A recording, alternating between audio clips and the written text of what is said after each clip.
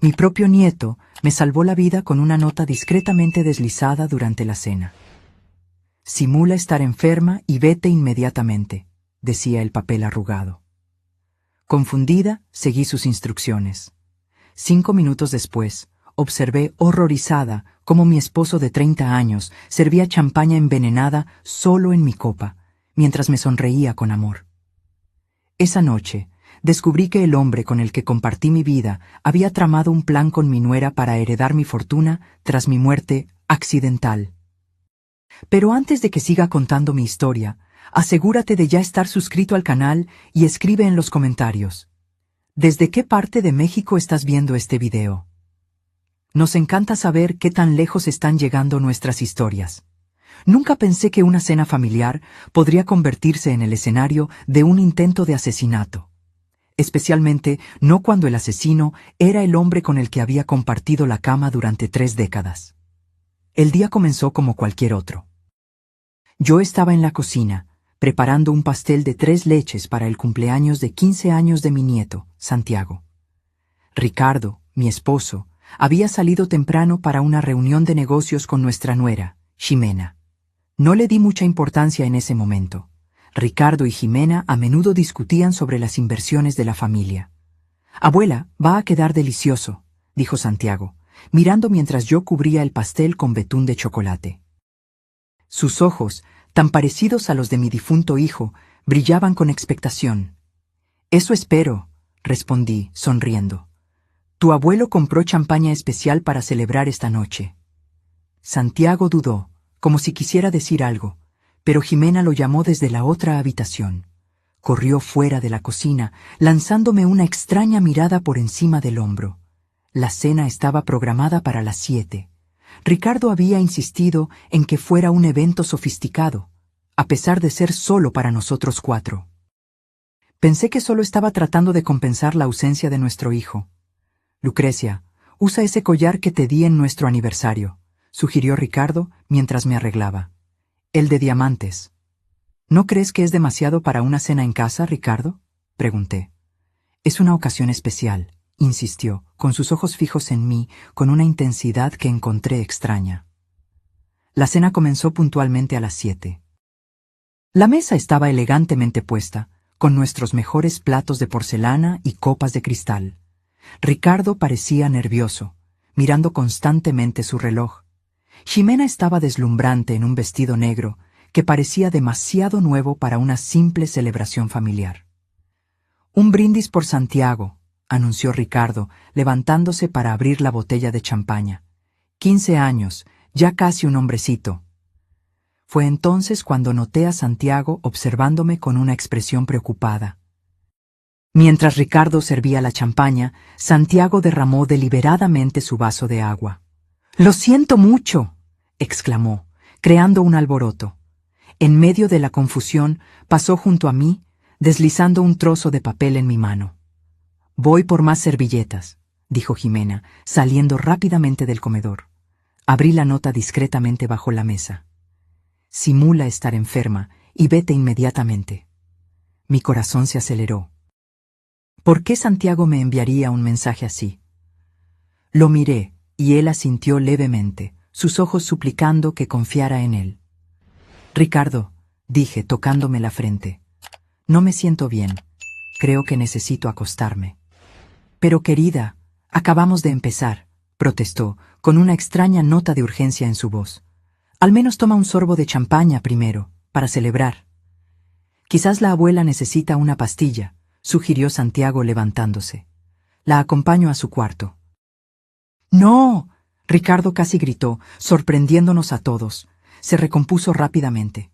«Quiero decir, Ximena puede hacerlo. Quiero hablar contigo sobre tu regalo, Santiago». Ximena regresó en ese momento. «¿Qué está pasando?» «Lucrecia no se siente bien», dijo Ricardo, empujando mi copa hacia mí. «Solo un sorbo antes de irte, cariño, por la celebración». Noté algo en sus ojos. ¿Ansiedad? ¿Impaciencia? Miré la copa y me di cuenta de que solo la mía tenía un residuo extraño en el fondo.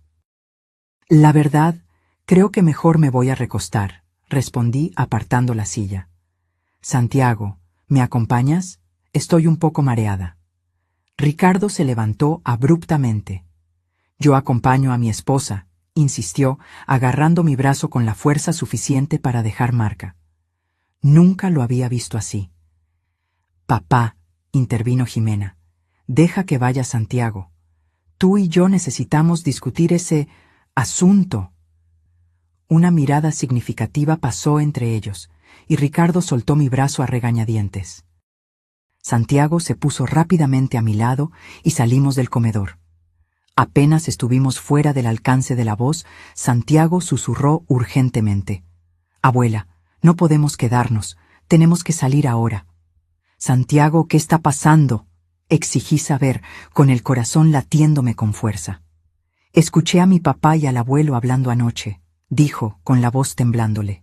Ellos le pusieron algo a tu bebida, algo para... No pudo terminar. Mi mundo se vino abajo. ¿Mi esposo, el hombre con el que había construido una vida, estaba tratando de envenenarme? Era absurdo, imposible. Pero luego recordé la insistencia de Ricardo para que usara joyas caras, su nerviosismo, la forma en que prácticamente intentó obligarme a beber la champaña. ¿Estás seguro?, pregunté, deseando desesperadamente que fuera un malentendido. Sí, respondió Santiago, con lágrimas en los ojos. No saben que los escuché. Hablaron de tu póliza de seguro, de cómo el dinero resolvería sus problemas financieros. ¿Problemas financieros? Ricardo nunca había mencionado problemas financieros. Siempre habíamos vivido cómodamente con la herencia que recibí de mis padres. Abuela, dijeron que parecería un infarto. Nadie sospecharía. Sentí que mis piernas flaqueaban. Mi propia familia había conspirado para matarme. Por dinero. Tenemos que llamar a la policía, dije, tratando de mantener la calma. No podemos usar los teléfonos de la casa, advirtió Santiago. El abuelo podría descubrirlo. Tenemos que salir de aquí primero. Tenía razón. Mi nieto de 15 años estaba pensando con más claridad que yo. Asentí, tratando de controlar el temblor de mis manos. Hay una salida por la parte de atrás, por la lavandería, sugerí. Se darán cuenta de que tardamos, dijo Santiago. Tenemos que ser rápidos. Caminamos silenciosamente hasta mi cuarto, donde agarré mi bolso y un abrigo. Evitamos con cuidado las tablas del piso que crujían, moviéndonos como fantasmas en nuestra propia casa en Guadalajara. Mientras bajábamos por la escalera de servicio, escuché la voz de Ricardo llamando mi nombre. Había una nota de impaciencia, tal vez incluso rabia, en su voz. Eso confirmó mis sospechas de una manera que las palabras no podían. Escapamos por la puerta de la lavandería hacia la noche fría, sin saber a dónde ir o qué pasaría después. Solo sabíamos que no podíamos quedarnos. Esa noche, mientras caminábamos a toda prisa por la calle, una cosa quedó clara. Mi vida, tal como la conocía, había terminado. Mi esposo no solo había traicionado mi confianza, sino que había intentado quitarme la vida. Y si no hubiera sido por el coraje y el amor de mi nieto, lo habría logrado. Caminamos durante casi una hora antes de encontrar un pequeño hotel de carretera cerca de Zapopan, donde pudimos pasar la noche. Usé efectivo en lugar de tarjeta de crédito, un instinto que luego descubrí fue crucial. No quería dejar rastros que Ricardo pudiera seguir. «Abuela, ¿qué vamos a hacer ahora?», preguntó Santiago, sentado en el borde de la cama del hotel, luciendo mucho más joven que sus 15 años. «Primero, tenemos que entender exactamente qué está pasando», respondí, tratando de sonar más segura de lo que me sentía. «Cuéntame todo lo que escuchaste». Santiago respiró hondo. «Bajé por un vaso de agua anoche. Estaban en el despacho, el abuelo y mi mamá. La puerta estaba entreabierta y escuché al abuelo decir que todo estaba listo para hoy, que el veneno era indetectable y parecería natural. Mi estómago se revolvió. Escuchar las palabras en voz alta lo hacía todo tan real, tan brutal. Mi mamá preguntó por el testamento, si todo estaba en orden. Continuó Santiago, su voz temblando. El abuelo dijo que sí, que habías firmado esos papeles hace unas semanas sin leerlos bien. ¿Papeles? Hice un esfuerzo por recordar. Ricardo me había pedido que firmara algunos documentos relacionados con inversiones. Dijo que era urgente y que no había tiempo para que los revisara por completo. Confié en él, como siempre lo hice. Y luego, continuó Santiago, el abuelo dijo que con el seguro de vida y la herencia estarían libres de deudas y nadie sospecharía. ¿Qué deudas?, pregunté, más para mí misma que para Santiago. No sé detalles, pero parecía grave.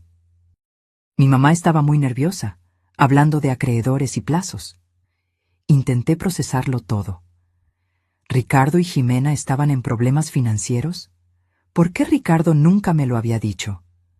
Habíamos sido pareja durante 30 años. Pensé que lo compartíamos todo. Hay más, dijo Santiago dudando. Ellos hablaron de haberlo intentado antes. Me congelé. ¿Cómo que intentado antes? El abuelo dijo que la última vez no comiste suficiente pastel para que hiciera efecto. Que necesitaban algo más fuerte esta vez. El pastel. Hace 3 meses me enfermé gravemente después de una cena familiar. Los médicos lo diagnosticaron como intoxicación alimentaria. Ricardo había sido tan atento, quedándose a mi lado en el hospital, sosteniendo mi mano. Una oleada de náuseas me golpeó. No había sido intoxicación alimentaria. Había sido mi esposo intentando matarme. Santiago, dije, agarrando sus manos, estás en peligro por haberme ayudado. Se darán cuenta de que sabías. El miedo cruzó sus ojos. No había pensado en eso. Tenemos que llamar a la policía, decidí, buscando el teléfono del hotel. Espera, me detuvo Santiago. ¿Y si no nos creen? No tenemos pruebas. Será nuestra palabra contra la de ellos. Tenía razón. ¿Qué diríamos? ¿Que mi respetable esposo, un pilar de la comunidad, estaba tratando de envenenarme? Sin evidencia, sonaríamos locos. Quizás deberíamos obtener pruebas primero, sugirió Santiago. Algo concreto que podamos mostrar a la policía. ¿Cómo qué? No sé. ¿Quizás documentos? ¿Sobre las deudas o el seguro? Pensé por un momento. El despacho de Ricardo. Él guarda todos los documentos importantes allí. Si pudiéramos volver cuando no estén en casa. Pero nos estarán buscando, argumentó Santiago. Sí, pero no saben que desconfiamos de ellos. Podrían pensar que solo me fui porque me sentía mal. Decidí llamar a casa para establecer nuestra coartada. Respiré hondo y marqué el número. Ricardo contestó al primer timbre. «Lucrecia, ¿dónde estás?» Forcé mi voz para que sonara débil y enferma. «Ricardo, lamento haberme ido así. Me sentía tan mal que le pedí a Santiago que me llevara al hospital». «¿Hospital?» Sonó genuinamente sorprendido. «¿Por qué no me llamaste? Yo te habría llevado». La facilidad con la que fingía preocupación me revolvió el estómago. Fue muy rápido.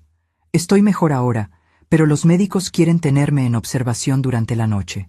Santiago está conmigo. ¿Qué hospital? Voy para allá ahora mismo. No es necesario, respondí rápidamente. Ya es tarde y no permiten más visitas. Volveremos mañana por la mañana. Hubo una pausa. ¿Estaría sospechando?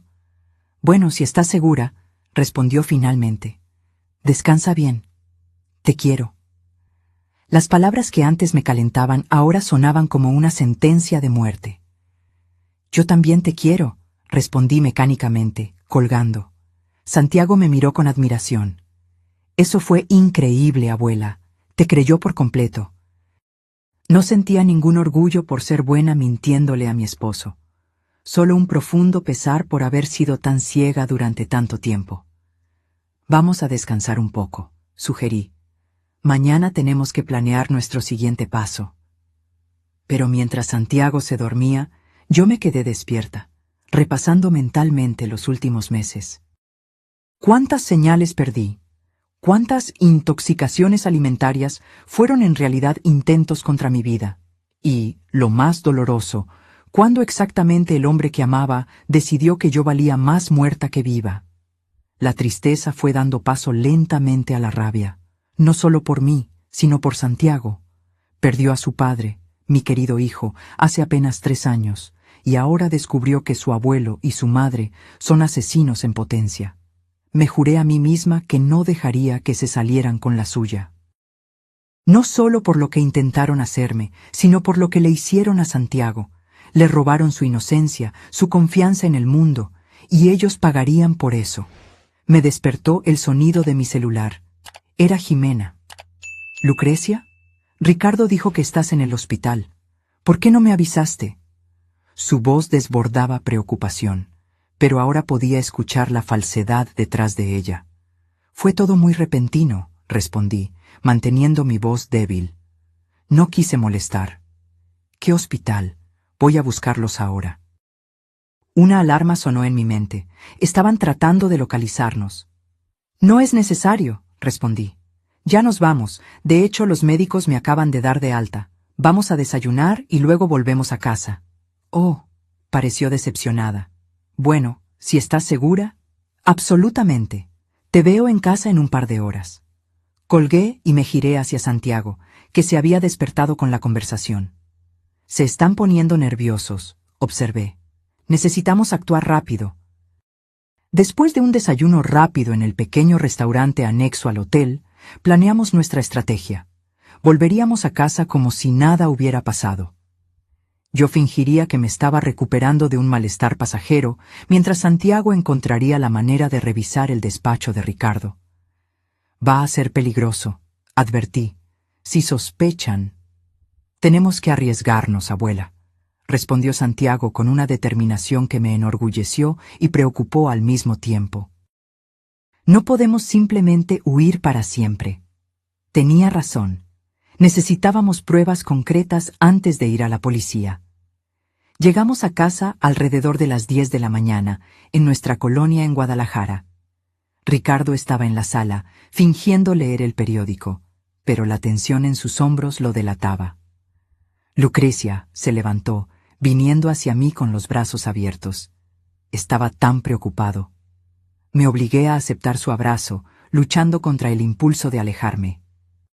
Su toque, antes reconfortante, ahora me causaba repulsión. Estoy bien, respondí, solo agotada. Creo que voy a descansar un rato. Claro, claro, accedió rápidamente. ¿Quieres que te traiga algo? ¿Té? ¿Caldo? No, gracias, respondí, tratando de no pensar en lo que podría poner en la comida. Solo necesito dormir. Jimena apareció en la puerta, con el rostro como una máscara perfecta de preocupación. Lucrecia, qué susto nos diste. ¿Qué te dijeron los médicos? Solo estrés y deshidratación, mentí. Nada grave. Gracias a Dios, suspiró, llevándose la mano al corazón de manera teatral. Santiago, ven a ayudarme en la cocina, la abuela necesita descansar. Santiago me lanzó una mirada preocupada antes de seguir a regañadientes a su madre. En mi cuarto, cerré la puerta con llave, algo que nunca había hecho, y me senté en el borde de la cama, temblando. ¿Cómo podría dormir sabiendo que había gente bajo el mismo techo que quería verme muerta? Después de aproximadamente 1 hora, escuché un suave golpe en la puerta. ¿Abuela? La voz de Santiago era solo un susurro. ¿Puedo pasar? Rápidamente abrí la puerta, dejándolo entrar antes de cerrarla de nuevo. Salieron, informó. El abuelo dijo que tenía una reunión urgente, y mi mamá se fue con él. Dijeron que vuelven en un par de horas. Era nuestra oportunidad. Vamos al despacho, decidí. El despacho de Ricardo siempre fue su santuario. En los 30 años de nuestro matrimonio, rara vez entré allí sin ser invitada. Ahora, violaba ese espacio no como esposa, sino como detective de mi propia casi muerte. La puerta estaba cerrada con llave, como era de esperar. ¿Y ahora?, preguntó Santiago. Recordé algo. Ricardo siempre guarda una llave de repuesto. Busqué sobre el marco de la puerta, y de hecho, allí estaba una pequeña llave. El despacho estaba impecablemente organizado, como siempre. Estantes repletos de libros, el antiguo escritorio de caoba que perteneció a su padre, la computadora de último modelo que le compré para su cumpleaños el año pasado. ¿Por dónde empezamos?, preguntó Santiago. Documentos financieros, respondí, dirigiéndome al archivador junto al escritorio.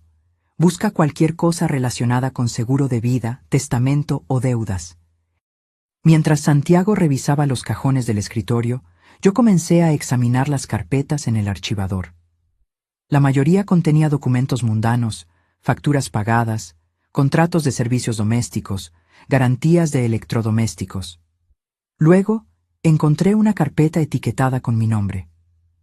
Dentro, había una póliza de seguro de vida a mi nombre, con Ricardo como único beneficiario. La suma me impactó. 5 millones de pesos. No tenía idea de que estaba asegurada por tanto. Santiago, mira esto, le llamé, mostrándole el documento. Él examinó los papeles. La fecha. Esto se hizo hace solo 3 meses. Justo cuando empecé a tener esos episodios de intoxicación alimentaria. Continuando la búsqueda, encontré otra carpeta, esta vez sin etiqueta. Dentro había extractos bancarios que mostraban una cuenta que yo desconocía por completo, con grandes sumas retirándose regularmente. Los extractos mostraban pagos a algo llamado Inversiones Cumbre. ¿Qué es esto?, murmuré. «Abuela, mira», llamó Santiago desde el escritorio. Había encendido la computadora de Ricardo y estaba revisando correos electrónicos. «Tiene cientos de correos de estas inversiones cumbre. Parece ser algún tipo de esquema de inversión fraudulento». Miré por encima de su hombro. Los correos revelaban una historia alarmante. Ricardo había invertido fuertemente en un esquema de alto riesgo que prometía retornos astronómicos. Pero las inversiones fracasaron y perdió todo, incluyendo dinero prestado de agiotistas. Está arruinado, me di cuenta, sintiendo una mezcla de shock y traición. Y nunca me dijo nada. «Hay más», dijo Santiago, haciendo clic en otra carpeta de correo. Correos electrónicos entre el abuelo y mi mamá. Los correos eran explícitos. Ricardo y Jimena habían estado planeando mi muerte durante meses. Discutían métodos, momentos, cómo hacer que pareciera natural. Y lo más perturbador, mencionaban intentos anteriores que fallaron. 3 veces, susurré, sintiéndome enferma. Intentaron matarme 3 veces antes de anoche. Santiago estaba pálido. «Abuela, mi mamá escribió que estaba investigando venenos indetectables». El dolor de ver esas palabras, de saber que mi propia nuera investigaba formas de matarme, era casi físico. Pero no había tiempo para absorber completamente el golpe. Necesitábamos pruebas que pudiéramos mostrar a la policía. «Imprime esos correos», le dije, «y toma fotos de los documentos del archivador». Mientras Santiago imprimía la evidencia, encontré algo aún más perturbador. Un nuevo testamento, supuestamente firmado por mí hace unas semanas, dejándole todo a Ricardo. La firma se parecía mucho a la mía, pero yo sabía que nunca había firmado tal documento. Falsificaron mi firma, me di cuenta, sintiendo una nueva oleada de traición. Dios mío, ¿desde hace cuánto planeaban esto? Escuchamos el sonido de un carro estacionándose afuera. «¡Volvieron!», exclamó Santiago, el pánico evidente en su voz. Rápidamente recogimos toda la evidencia que habíamos reunido, apagamos la computadora y pusimos todo de nuevo en su lugar. Salimos del despacho, cerramos la puerta con llave y devolvimos la llave a su escondite. Apenas tuvimos tiempo de llegar a mi cuarto antes de escuchar la puerta principal abrirse. «¿Lucrecia?», llamó Ricardo. «¿Estás despierta?». Intercambié una mirada con Santiago. Estábamos sentados sobre una bomba de tiempo y el tiempo se acababa. «Quédate aquí», susurré a Santiago. «Voy a bajar y actuar normal». Puse las pruebas que habíamos recopilado dentro de un libro en mi estantería, un lugar que Ricardo nunca miraría, y bajé las escaleras, forzando una sonrisa. «Me siento mucho mejor después de descansar», anuncié. Ricardo y Jimena estaban en la sala, hablando en voz baja. Cuando me vieron, ambos sonrieron, sonrisas que ahora me daba cuenta eran tan falsas como sus preocupaciones. «Qué bueno, querida», dijo Ricardo acercándose a mí. Estaba pensando, quizás deberíamos reagendar nuestra celebración para esta noche, ya que ayer fue interrumpida. Mi sangre se heló. Quería intentarlo de nuevo, tan pronto. Quizás sea mejor esperar unos días, sugerí casualmente. Todavía estoy un poco débil. Tonterías, insistió Ricardo, poniendo su brazo alrededor de mis hombros. Su toque, antes reconfortante, ahora parecía el abrazo de una serpiente. Una buena cena y un poco de champaña te animarán. Ximena asintió vigorosamente. Estoy de acuerdo con Ricardo. Además, Santiago se quedó tan decepcionado ayer. Estaban usando mi amor por mi nieto en mi contra. La crueldad de aquello me golpeó como una bofetada. Hablando de Santiago, continuó Ricardo, ¿dónde está el chico? Descansando, respondí rápidamente. Se quedó despierto toda la noche conmigo en el hospital. Voy a llamarlo, ofreció Ximena levantándose. No, exclamé, quizás con demasiada fuerza. Ambos me miraron sorprendidos. Quiero decir, déjalo dormir, está agotado. Ximena y Ricardo intercambiaron una mirada que no pude descifrar. De hecho, continué, tratando de sonar casual, estaba pensando en ir a la farmacia por unas vitaminas. El doctor me las recomendó. Yo puedo ir por ti, ofreció Ricardo inmediatamente. No, no, necesito tomar aire. Me hará bien caminar un poco. Entonces te acompaño, insistió. Se estaba volviendo difícil encontrar excusas. Ricardo, de verdad prefiero ir sola, necesito poner mis pensamientos en orden. Pero querida, acabas de salir del hospital, no deberías andar por ahí sola. La preocupación en su voz sonaría genuina para cualquiera que no supiera la verdad. Para mí, sonaba como la desesperación de un hombre tratando de mantener a su presa bajo control. Estaré bien, insistí levantándome. No tardo.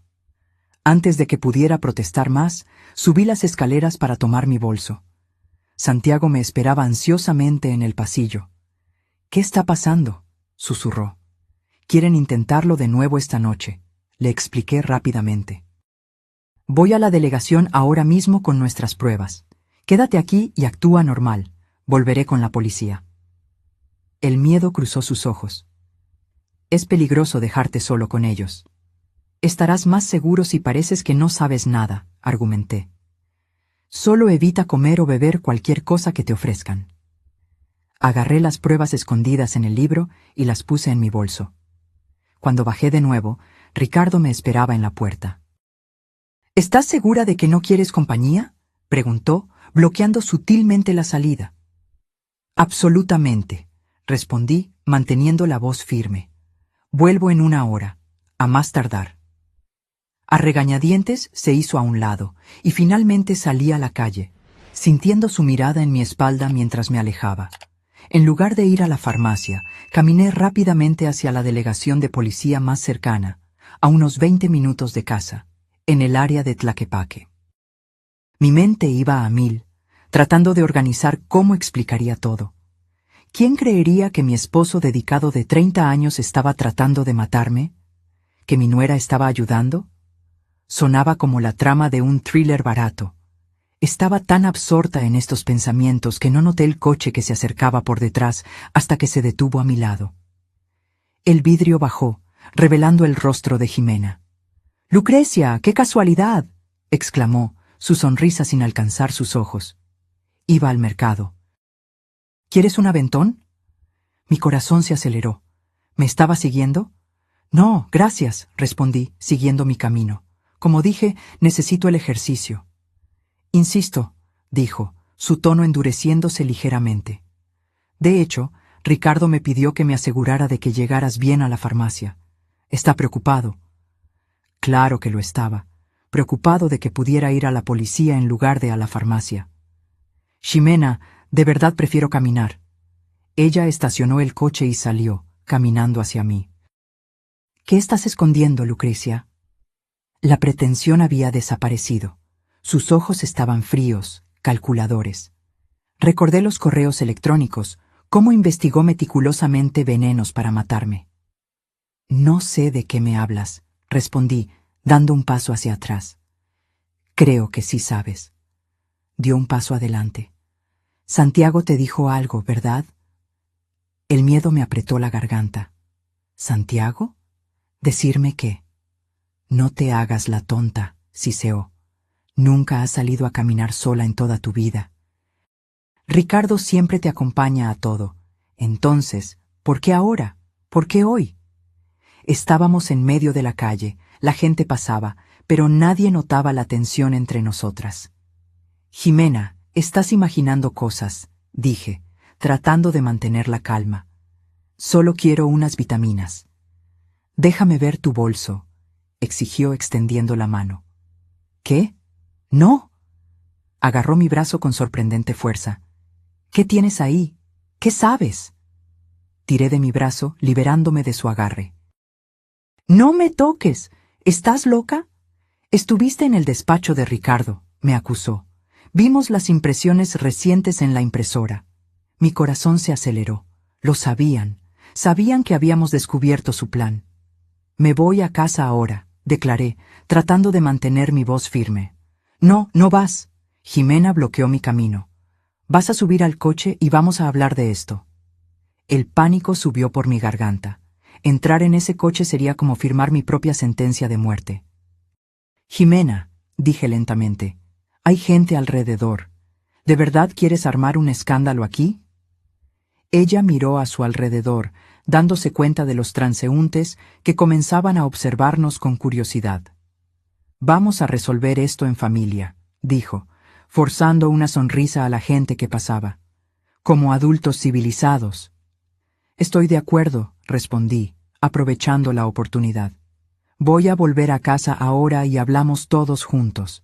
Comencé a caminar de regreso, rezando para que no me detuviera de nuevo. Mi mente corría. No podía ir a la delegación ahora. Jimena me seguiría. Necesitaba un nuevo plan. Voy contigo, anunció, caminando a mi lado. Su brazo firmemente entrelazado con el mío, como si fuéramos mejores amigas. Durante todo el camino de regreso, Jimena mantuvo una conversación casual, como si nada hubiera pasado. Era surrealista. Momentos antes prácticamente me amenazaba, y ahora hablaba del clima y de recetas de pastel. Cuando llegamos a casa, Ricardo esperaba ansiosamente en la puerta. Encontré a Lucrecia en el camino, explicó Jimena significativamente. Decidimos que era mejor que descansara un poco más antes de salir. La mirada que Ricardo me dio fue gélida, a pesar de su cálida sonrisa. Claro, querida, tienes que cuidar tu salud. Entré en casa sintiéndome como una prisionera. ¿Dónde estaba Santiago? Lo busqué y lo encontré en la sala, hojeando una revista con falsa casualidad. Nuestras miradas se cruzaron brevemente, y traté de comunicar silenciosamente que algo había salido mal. Santiago, llamó Jimena, su voz empalagosa. ¿Puedes ayudar a tu abuela a subir? No se siente bien de nuevo. Era una trampa para separarnos, lo sabía, pero también era nuestra única oportunidad de comunicación. Santiago se acercó a mí, ofreciéndome su brazo. Mientras subíamos las escaleras, susurré rápidamente. Lo saben. Tenemos que salir de aquí lo más rápido posible. Sus ojos se abrieron de miedo, pero mantuvo la compostura. ¿Cómo? No pude llegar a la delegación. Jimena me siguió. Llegamos a mi cuarto y Santiago cerró la puerta detrás de nosotros. Van a hacer algo esta noche, continué susurrando. En la cena, necesitamos un plan. Podríamos intentar salir por la ventana, sugirió Santiago, mirando la gran ventana del cuarto que daba al jardín trasero. Es muy alto, respondí, evaluando la distancia al suelo. Y probablemente están vigilando la casa. Nos sentamos en silencio por unos momentos, la gravedad de la situación pesando sobre nosotros. Estábamos atrapados en nuestra propia casa con gente que quería vernos muertos. ¿Y si fingimos que aceptamos la cena?, propuso Santiago. ¿Pero grabamos todo? Si logramos que admitan el plan, tendríamos pruebas. Era arriesgado, pero podría funcionar. ¿Cómo haríamos eso? Tengo una grabadora en mi celular. Podría dejarla escondida en el comedor. No era un plan perfecto. pero era lo mejor que teníamos en ese momento. Está bien, acepté, pero tenemos que ser extremadamente cuidadosos. Nada de comer o beber cualquier cosa que nos ofrezcan. Llamaron a la puerta, haciéndonos saltar. ¿Lucrecia? Era la voz de Ricardo. ¿Puedo pasar? Santiago y yo intercambiamos miradas alarmadas antes de que yo respondiera. Claro, cariño. Ricardo entró, con el rostro como una máscara de preocupación. ¿Cómo te sientes? Un poco mejor, respondí. Pero todavía cansada. Ximena y yo estábamos hablando, dijo, sentándose en el borde de la cama. Creemos que quizás deberías consultar a un especialista. Estos desmayos repentinos podrían ser señal de algo más serio. Estaban construyendo una narrativa, preparando el terreno para cuando yo muriera de causas naturales. Quizás tengas razón, estuve de acuerdo, jugando su juego. Programaré una cita la próxima semana. ¿Por qué no hoy?, insistió. Puedo llamar ahora mismo al doctor Torres. El doctor Torres.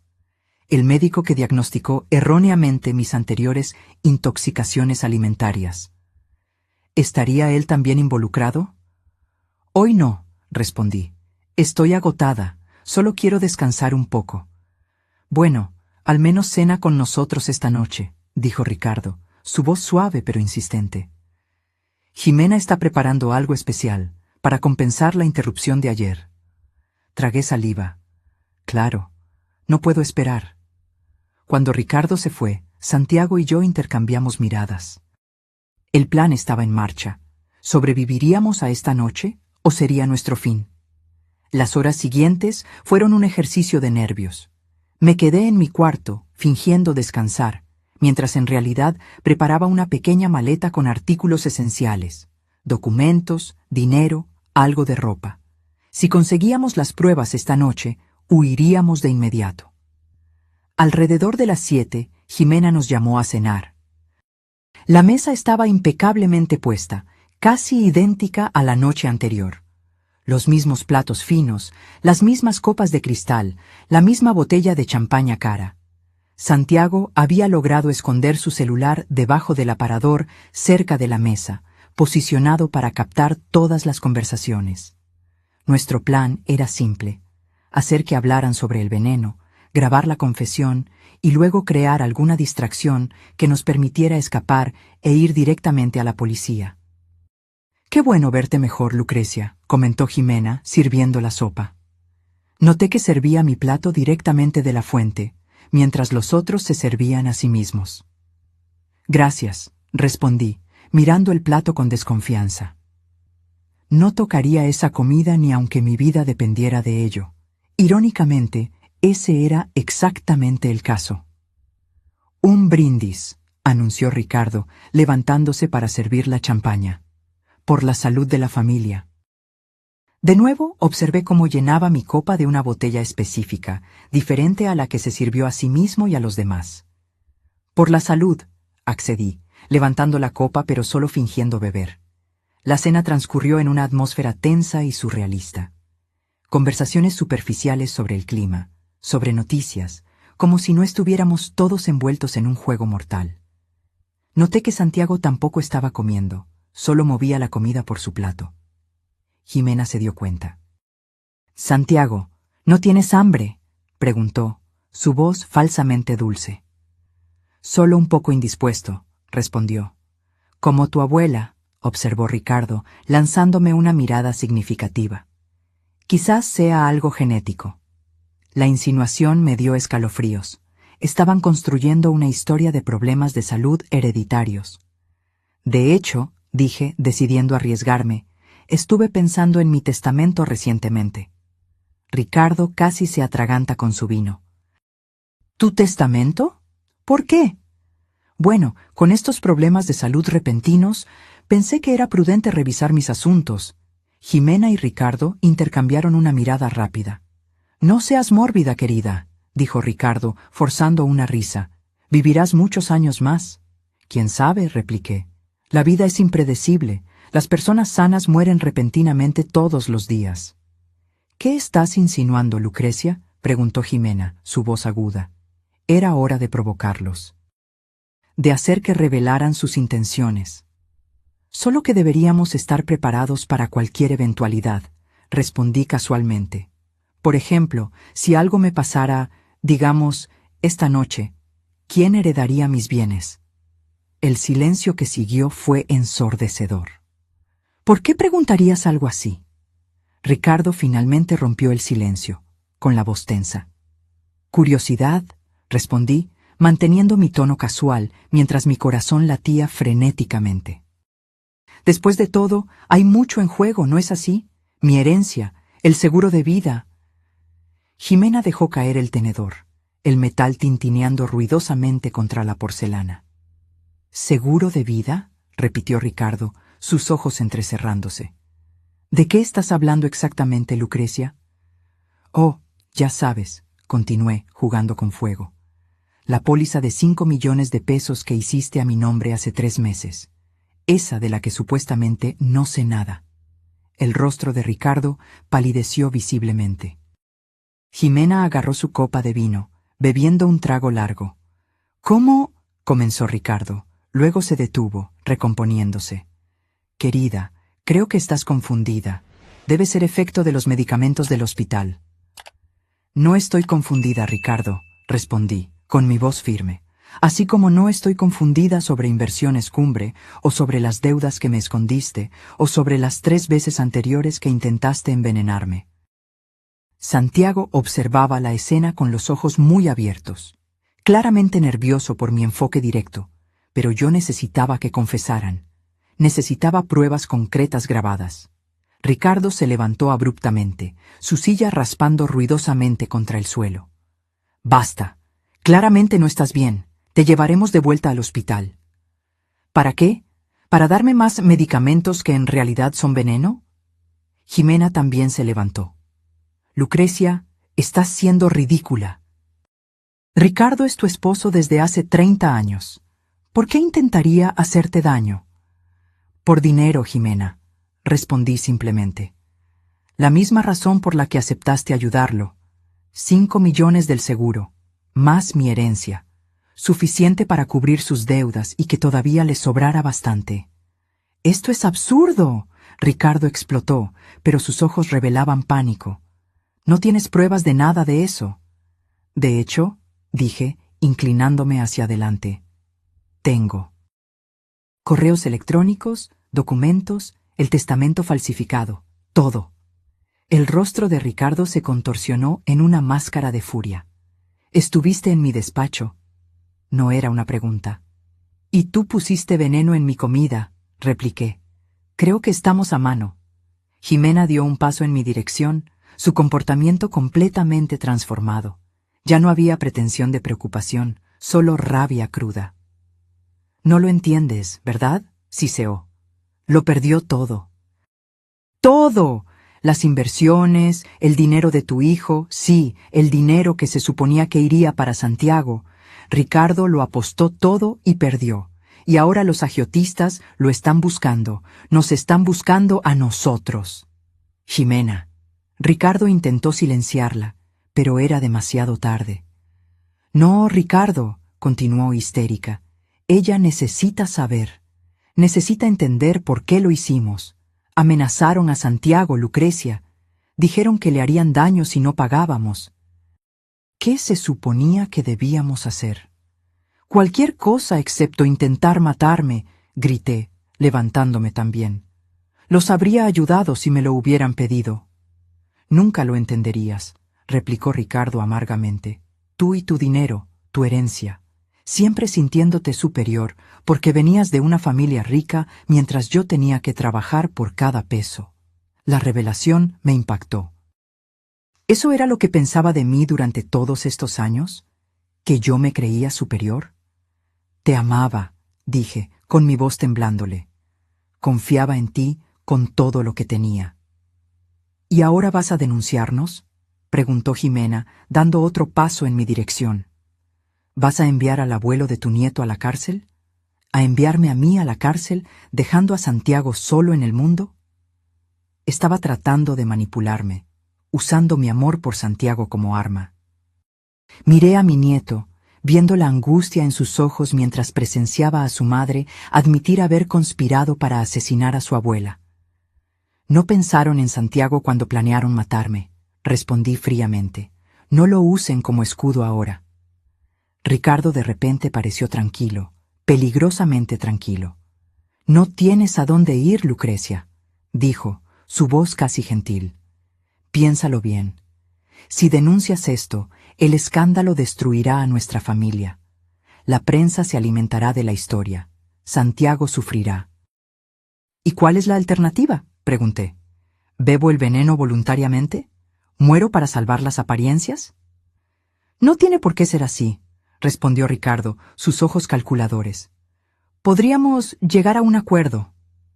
«¿Qué clase de acuerdo?». «Transfieres todo a nosotros, legalmente.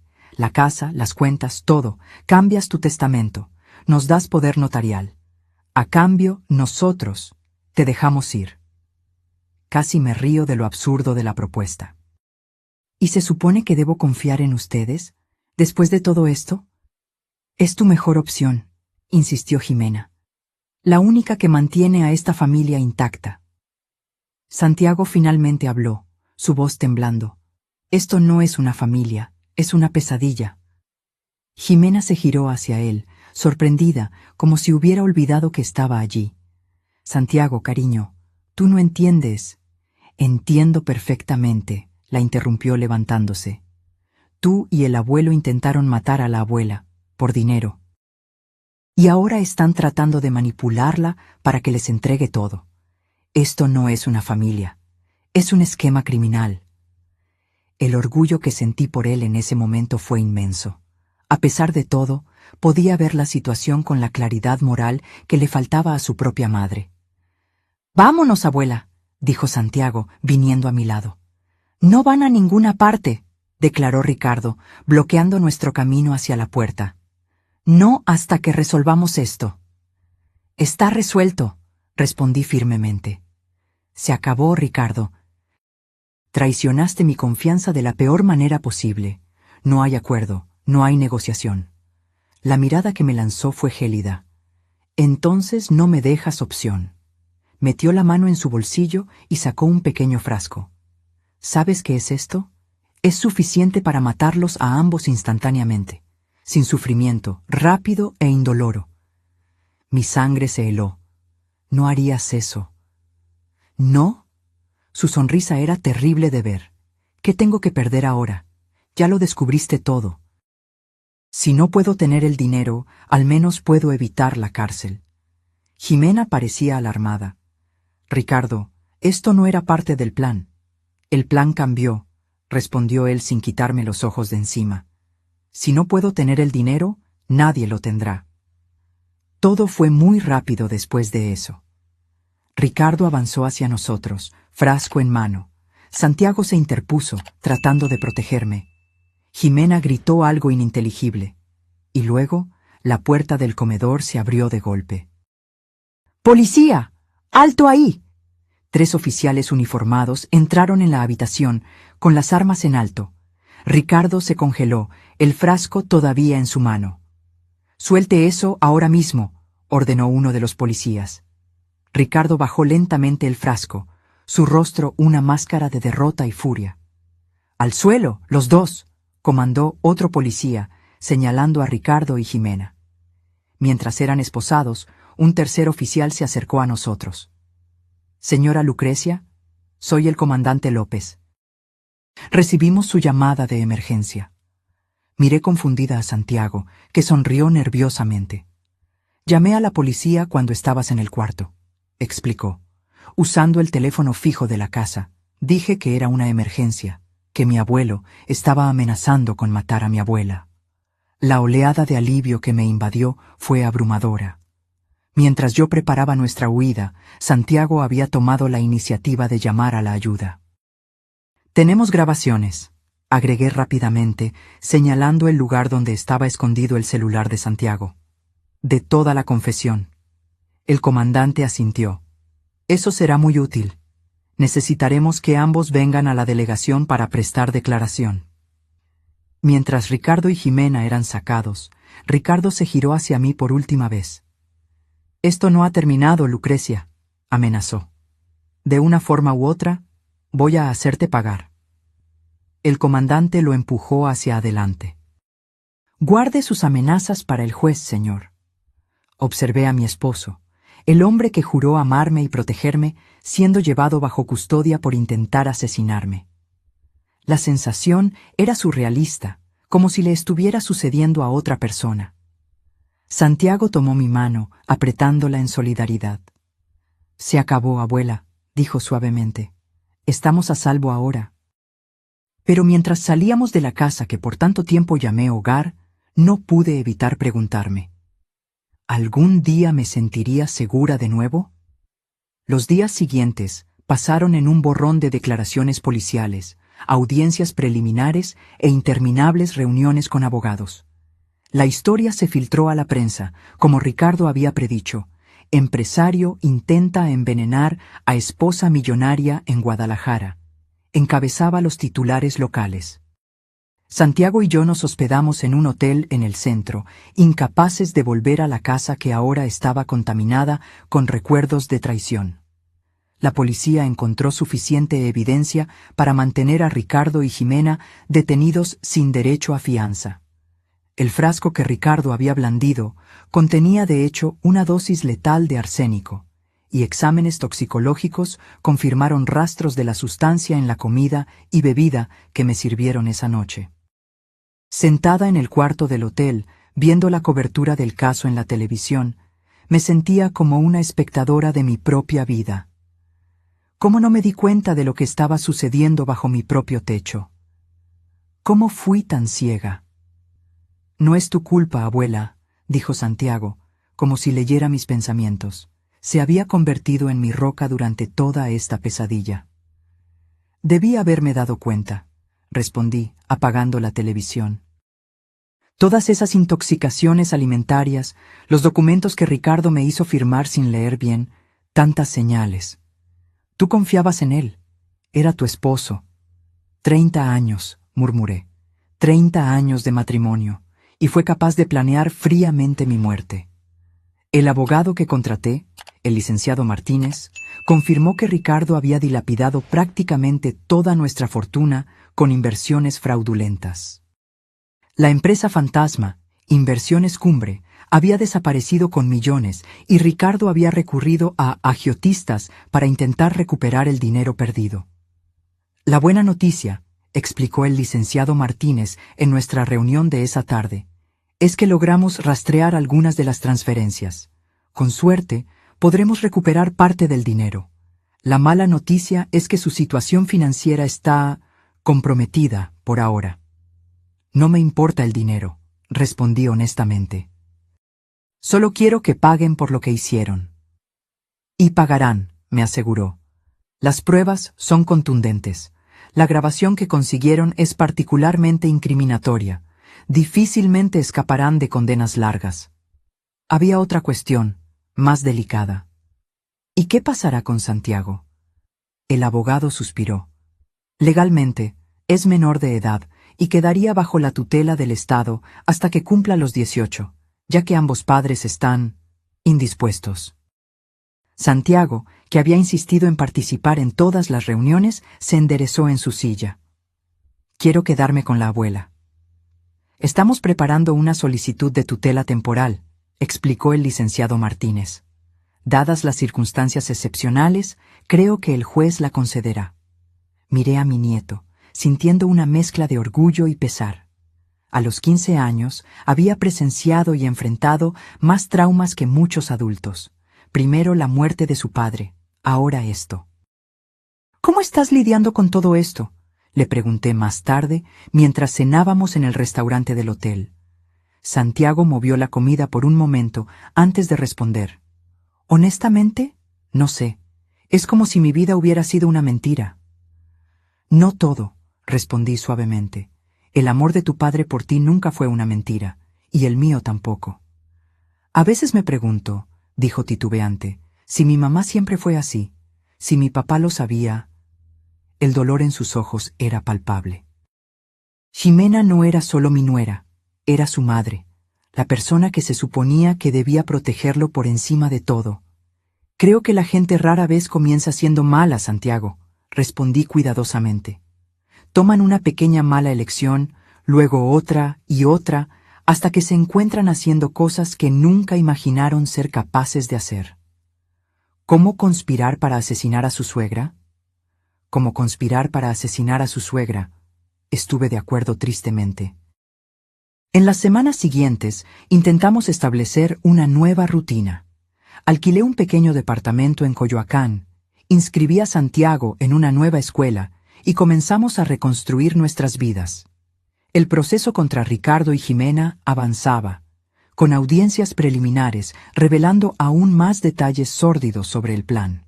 Descubrimos, por ejemplo, que Jimena había investigado extensamente sobre venenos indetectables, usando computadoras públicas en bibliotecas para no dejar rastro. Que Ricardo había consultado a 3 médicos diferentes, incluyendo al doctor Torres, para establecer un historial de problemas cardíacos que jamás tuve. Que habían ensayado diferentes versiones de encontrar mi cuerpo y cómo reaccionarían. La frialdad calculadora de todo me revolvía el estómago. Una tarde recibí una llamada inesperada. Era el abogado de Ricardo. «Señora Lucrecia, a mi cliente le gustaría hablar con usted, en privado». «¿Por qué?», pregunté sorprendida. «No tengo nada que decirle. Afirma tener información sobre el dinero desaparecido, información que solo compartirá personalmente con usted». Consulté con el licenciado Martínez, quien aconsejó cautela. Podría ser una trampa, o podría ser genuino. Quizás está tratando de negociar una sentencia más leve a cambio de información. ¿Debo ir? Si decide ir, no vaya sola, y en un lugar público, no en la cárcel. Después de mucho pensarlo, acepté encontrarme con Ricardo, con una condición, que fuera en presencia de mi abogado, en su oficina. Ricardo aceptó. El día acordado, llegué temprano a la oficina del licenciado Martínez, con el estómago revuelto. No veía a Ricardo desde esa noche fatídica y no sabía qué esperar. Cuando fue traído a la sala, esposado y escoltado por 2 policías, casi no lo reconocí. Solo 6 semanas en la cárcel y parecía haber envejecido años. Su rostro estaba demacrado, los ojos hundidos, el cabello canoso despeinado. «Lucrecia», dijo, su voz ronca, «gracias por venir». «No vine por ti», respondí fríamente. «Vine por el dinero que robaste». Asintió lentamente. «Entiendo». «Vayamos al grano, señor Ricardo», intervino el licenciado Martínez. «Usted mencionó tener información sobre los fondos desviados». Ricardo me miró directamente, ignorando al abogado. «No se perdió todo, Lucrecia. Yo reservé una parte. Un seguro, digamos». «¿Cuánto?», pregunté. «Cerca de 2 millones de pesos, en una cuenta en las Islas Caimán». El licenciado Martínez se inclinó hacia adelante. «¿Y usted está dispuesto a devolver ese dinero a cambio de...?» «Un acuerdo», respondió Ricardo. «Reducción de condena». «Eso no depende de la señora Lucrecia», argumentó mi abogado. «Es con el fiscal con quien tiene que negociar». «Pero la palabra de ella tiene peso», insistió Ricardo, todavía mirándome. «Si ella dice que quiere un acuerdo, que perdona». «¿Perdonar?», interrumpí, incrédula. «Intentaste matarme, Ricardo, varias veces. No hay perdón para eso». Bajó la mirada. «Lo sé. Lo que hice fue imperdonable. Entonces, ¿por qué estoy aquí? ¿Qué quieres realmente?» Ricardo dudó. Luego dijo en voz baja, «Quiero ver a Santiago». La audacia del pedido me dejó momentáneamente sin palabras. «De ninguna manera», respondí cuando recuperé la voz. «Perdiste cualquier derecho a ver a Santiago en el momento en que conspiraste con su madre para asesinarme». «Es mi nieto», insistió Ricardo, «la única familia que me queda». «¿Familia?», repetí con desdén. «Tú no sabes el significado de esa palabra. Santiago fue quien me salvó de ti, ¿recuerdas? Vio el monstruo que realmente eres». Ricardo cerró los ojos por un momento, como si absorbiera el golpe.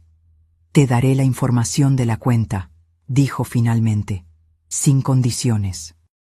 Es lo menos que puedo hacer. El licenciado Martínez deslizó un taco de papel hacia él. Ricardo escribió una larga secuencia de números y letras, detalles bancarios que no entendía completamente. Esto debe ser verificado, por supuesto, observó mi abogado, recogiendo el papel. Ricardo asintió. Espero que ayude a reconstruir tu vida, Lucrecia, la tuya y la de Santiago. Estudié su rostro, buscando señales del hombre que creí conocer durante 30 años. ¿Por qué, Ricardo? ¿Por qué no simplemente pediste mi ayuda? Yo te habría dado todo para ayudarte. Pareció genuinamente sorprendido por la pregunta. No sé, orgullo quizás, vergüenza. Y luego, después de que empecé con las mentiras, parecía más fácil seguir mintiendo que confesar. Más fácil intentar matarme que admitir que habías perdido nuestro dinero, concluí amargamente. Nunca pensé que llegaría a este punto, murmuró. Cada paso parecía pequeño en el momento, justificable de alguna manera. Y luego de repente estaba planeando esto. Me levanté, incapaz de continuar esta conversación. Adiós, Ricardo. Espero no volver a verte. Asintió lentamente. Adiós, Lucrecia. Por favor, dile a Santiago que lo siento. Díselo tú mismo, respondí. En tu juicio, cuando testifique en tu contra. Salí de la sala sintiéndome extrañamente vacía. No había satisfacción en ver a Ricardo reducido a esto, solo una profunda tristeza por el desperdicio de tantos años, tantos recuerdos ahora manchados para siempre. El juicio comenzó 6 meses después. Santiago y yo habíamos establecido una nueva rutina en nuestro pequeño departamento en la Ciudad de México. El dinero que Ricardo reveló fue de hecho recuperado. No 2 millones como afirmó, sino poco más de 1 millón de pesos. Suficiente para proporcionarnos seguridad financiera mientras reorganizábamos nuestras vidas. La sala del tribunal estaba abarrotada el primer día. Reporteros, curiosos e incluso algunos familiares lejanos que aparecieron de repente, quizás esperando algún beneficio financiero de la situación. Santiago insistió en estar presente, a pesar de mis preocupaciones sobre el impacto emocional que esto tendría en él. Necesito ver esto hasta el final, abuela, explicó, para poder seguir adelante. Jimena y Ricardo entraron por separado, ambos vestidos con ropa sencilla, sin las joyas y accesorios caros que antes ostentaban. Jimena evitó mirar en nuestra dirección, pero Ricardo buscó nuestros ojos de inmediato. Cuando nos localizó, algo en su rostro cambió. Una mezcla de vergüenza y resignación. El juicio fue brutal. Las evidencias en su contra eran abrumadoras. Las grabaciones de audio, los correos electrónicos que detallaban sus planes, los resultados toxicológicos de las muestras de comida de esa noche, las declaraciones de los médicos que confirmaron que yo nunca tuve los problemas cardíacos que Ricardo había documentado, y testigos que confirmaron las transacciones financieras fraudulentas. El momento más difícil fue cuando Santiago fue llamado a testificar. Subió al estrado con la cabeza en alto, pero pude ver cómo le temblaban ligeramente las manos. Santiago, comenzó la fiscal con suavidad, ¿puede contarnos lo que escuchó la noche anterior al intento de envenenamiento? Santiago respiró hondo antes de responder. Bajé a tomar un vaso de agua. Escuché voces en el despacho de mi abuelo, él y mi madre. La puerta estaba entreabierta y pude escuchar claramente. Estaban discutiendo cómo envenenarían a mi abuela en la cena de cumpleaños. ¿Y qué hizo con esa información? Al principio me quedé paralizado. No podía creerlo. Volví a mi cuarto y lloré. Pensé que quizás había entendido mal. Pero a la mañana siguiente vi a mi madre separando la champaña especial, la que solo se le serviría a mi abuela. Fue entonces cuando supe que era real. ¿Y luego? Decidí que tenía que avisarle a mi abuela. Durante la cena, logré pasarle una nota, diciéndole que fingiera estar enferma y se fuera inmediatamente. Mientras Santiago hablaba, observé a Jimena. Lágrimas silenciosas corrían por su rostro, pero no pude sentir compasión por ella. ¿Qué estaba pasando por su mente? ¿Arrepentimiento genuino o solo pesar por haber sido atrapada? Cuando llegó el turno de la defensa para interrogar a Santiago, el abogado de Jimena intentó un enfoque más agresivo. Santiago, ¿estás seguro de lo que escuchaste? ¿No podría haber sido un malentendido? ¿Quizás estaban hablando de otra cosa? Santiago no vaciló. Estoy absolutamente seguro. Escuché a mi madre preguntar si el veneno era suficiente para matar rápidamente. Escuché a mi abuelo decir que parecería un ataque al corazón. No hay forma de interpretar eso de otra manera. ¿Y su madre? Continuó el abogado. Siempre fue una buena madre para usted, ¿no es así? ¿Amorosa? ¿Atenta? Santiago dudó por primera vez. Sí, lo fue. Por eso fue tan difícil creer lo que escuché. Entonces, ¿es posible que, en su estado emocional después de la muerte de su padre, usted pudo haber... Objeción, interrumpió la fiscal. Está tratando de manipular al testigo. Al lugar, dijo el juez. Abogado, limítese a los hechos. Cuando llegó mi turno de testificar, conté cada detalle. Las extrañas intoxicaciones alimentarias de los meses anteriores, la nota de Santiago, nuestro descubrimiento en el despacho, la confrontación final. Mientras hablaba, mantuve mis ojos fijos al frente, incapaz de mirar a Ricardo o Jimena. Pero luego, el abogado de Ricardo me hizo una pregunta que no esperaba. Señora Lucrecia, durante sus 30 años de matrimonio, ¿alguna vez sospechó que su esposo pudiera estar planeando algo así? La pregunta me tomó por sorpresa. No, respondí honestamente. Nunca. ¿Y fue un buen esposo durante esos 30 años? Pensé por un momento. Yo creía que sí. Entonces, ¿qué cree que cambió? ¿Qué llevó a un hombre aparentemente devoto a cometer un acto tan terrible? Objeción, intervino la fiscal. Pide especulación. Reformularé, dijo el abogado. Señora Lucrecia, ¿su esposo había demostrado alguna vez un comportamiento violento antes? No. ¿Había demostrado alguna vez desprecio por su vida o bienestar? No, hasta hace poco. ¿Y usted está al tanto de las dificultades financieras que enfrentaba? ¿De la presión de los agiotistas? ¿De las amenazas? Sentí un nudo en la garganta. Estoy al tanto ahora. En ese momento no sabía nada. Él nunca compartió eso conmigo. ¿Y si lo hubiera compartido, usted lo habría ayudado? Sin duda, respondí sin dudar. Era mi esposo. Lo habríamos enfrentado juntos, como siempre hicimos con todos los demás problemas. El abogado asintió, satisfecho. Estaba tratando de construir un caso de circunstancias atenuantes. Un hombre bueno empujado a actos extremos por desesperación financiera. Pero la fiscal no permitió que esa narrativa prosperara. En su contrainterrogatorio, estableció claramente la premeditación y frialdad del plan. Señora Lucrecia, ¿cuánto tiempo pasó desde el momento en que recibió la nota de su nieto hasta que se dio cuenta de que su bebida estaba envenenada? Minutos, respondí. Quizás 5 como máximo. ¿Y qué habría pasado si su nieto no hubiera escuchado esa conversación? ¿Si no le hubiera avisado? Tragué saliva. Habría bebido la champaña, y probablemente habría muerto esa noche. Una muerte planeada meticulosamente por su esposo y su nuera. Una muerte que discutieron, investigaron e intentaron múltiples veces. Sí. 3 semanas de juicio culminaron en los alegatos finales. La fiscal fue implacable, pintando un cuadro claro de codicia y crueldad calculada.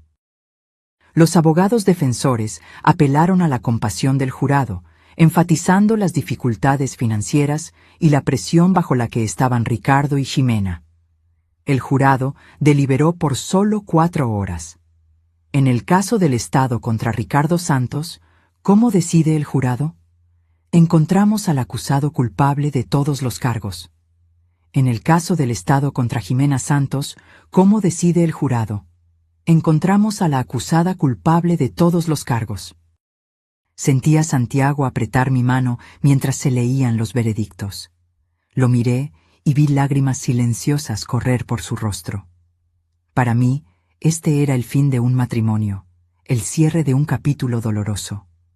Para él, era mucho más, la confirmación oficial de que su madre había conspirado para matar a su abuela. En la audiencia de sentencia, 2 semanas después, Ricardo recibió 25 años de prisión. Jimena, considerada menos culpable por no haber sido la ideóloga del plan, recibió 18 años. Antes de ser llevados, a ambos se les permitió hablar. Ricardo me miró directamente a mí y a Santiago. Lucrecia, Santiago. Sé que las palabras son inadecuadas para lo que hice. No espero perdón, ni lo merezco. Solo quiero que sepan que, por imposible que parezca creer ahora, hubo un tiempo en que mi amor por ustedes fue real. Lamento profundamente haber destruido eso. Jimena lloraba abiertamente. Santiago, mi hijo, sé que te he fallado de la peor manera posible. No tengo excusas. Solo quiero que sepas que, a pesar de todo, siempre te amé, siempre. Santiago no respondió. Permanecimos sentados en silencio mientras los guardias se los llevaban. Afuera del tribunal, los reporteros nos rodearon, pero el licenciado Martínez abrió paso entre ellos, protegiéndonos de las preguntas insistentes. ¿Cómo se siente con el veredicto? ¿Puede perdonar a su esposo? ¿Qué harán ahora? En el coche, Santiago finalmente habló. Realmente se acabó, ¿verdad? Sí, respondí suavemente. Se acabó. ¿Crees que ella me amaba de verdad? ¿Mi mamá? La pregunta me rompió el corazón. ¿Cómo responder a eso? ¿Cómo reconciliar a la Jimena que amaba a su hijo con la Jimena que conspiró para asesinar? Creo que sí, respondí finalmente. Las personas son complicadas, Santiago. Pueden amar genuinamente y aún así hacer cosas terribles. No creo que haya dejado de amarte. Creo que se convenció de que lo que estaba haciendo era, de alguna manera, por tu bien. Se quedó en silencio por un largo rato antes de preguntar. ¿Y ahora qué? ¿Qué hacemos? Era una pregunta que yo misma me había estado haciendo. Seguimos viviendo, un día a la vez. Pasó un año. La vida encontró un nuevo ritmo. Vendimos la casa antigua. Ninguno de nosotros podría vivir allí de nuevo. Y compramos una pequeña casa en Cancún cerca de la nueva escuela de Santiago. Con el dinero recuperado y la venta de la casa, estábamos financieramente estables, aunque lejos de la riqueza que alguna vez tuvimos. Santiago se adaptó sorprendentemente bien. Hizo nuevos amigos, sus calificaciones mejoraron e incluso comenzó a jugar fútbol, algo en lo que nunca había mostrado interés antes. En nuestras conversaciones, rara vez mencionaba a sus padres, como si hubiera compartimentado esa parte de su vida. Encontré consuelo en un grupo de apoyo para víctimas de violencia doméstica. Al principio, me sentí fuera de lugar. Mi caso parecía tan extremo comparado con los demás. Pero poco a poco me di cuenta de que todas compartíamos la misma experiencia fundamental, la traición de la confianza por alguien que se suponía que debía protegernos. En una de las sesiones conocí a Teresa, una mujer de mi edad que sobrevivió a años de abuso. Nos hicimos amigas cercanas, unidas por nuestras experiencias compartidas. ¿Cómo puedes volver a confiar?, le pregunté un día mientras tomábamos café. ¿Después de todo? Ella sonrió dulcemente. Nunca confías de la misma manera, y no deberías, pero aprendes a confiar de manera diferente, con los ojos abiertos, consciente de los riesgos, pero aún dispuesta a intentarlo. Sus palabras resonaron conmigo. Me di cuenta de que había pasado tanto tiempo mirando hacia atrás, reviviendo cada momento de mi matrimonio, buscando señales que me perdí, que no estaba realmente viviendo en el presente. En el cumpleaños número 16 de Santiago, organicé una pequeña fiesta. Vinieron sus nuevos amigos, así como Teresa y algunas personas del grupo de apoyo que se habían vuelto importantes en nuestras vidas.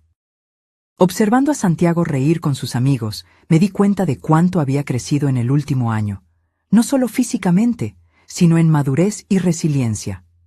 Más tarde esa noche, cuando todos se habían ido, Santiago me entregó un pequeño paquete. ¿Qué es esto?, pregunté sorprendida. Es tu cumpleaños. Yo debería estar dándote regalos. Ábrelo, insistió.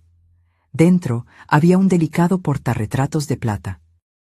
La foto nos mostraba a los dos sonriendo en nuestro nuevo jardín, el sol de verano bañando nuestros rostros.